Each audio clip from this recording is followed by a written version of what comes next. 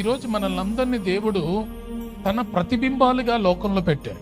అంటే నీవు క్రీస్తుల ఇతరులను ఆశీర్వాదకరమైన స్థితిలోకి నడిపించాల్సిన బాధ్యత నీ మీద ఉంది. అలాంటప్పుడు నీ మాట ఎలా ఉండాలి?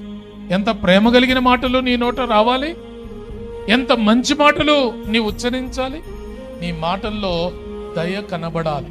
నీ దయగల మాటల వల్ల శత్రువులు నీకు స్నేహితులైపోతారు. ఇది దేవుడు కోరుకున్నది. మీ మాట మంచిగా ఉంటే మీరే అనేకులను నా దగ్గర తేగలరు, అనేకులను ఆత్మీయంగా స్థిరపరచగలరు. మీ మాట దయగల మాట. నీ ఎదురుగా ఉన్నవాళ్ళు చెడ్డవాళ్లే, నీ ఎదురుగా ఉన్నవాళ్ళు పాపాత్ములే. దయగలిగిన మాట, నీ మాట దేవుడికి దగ్గర చేస్తుంది. తద్వారా రక్షణలోనికి వారు రాగలుగుతారు. అలా మాట్లాడి చూద్దాం, అలా ఉచ్చరించడం ప్రారంభిద్దాం. అనేకులను మనం రక్షించుకోగలుగుతాం.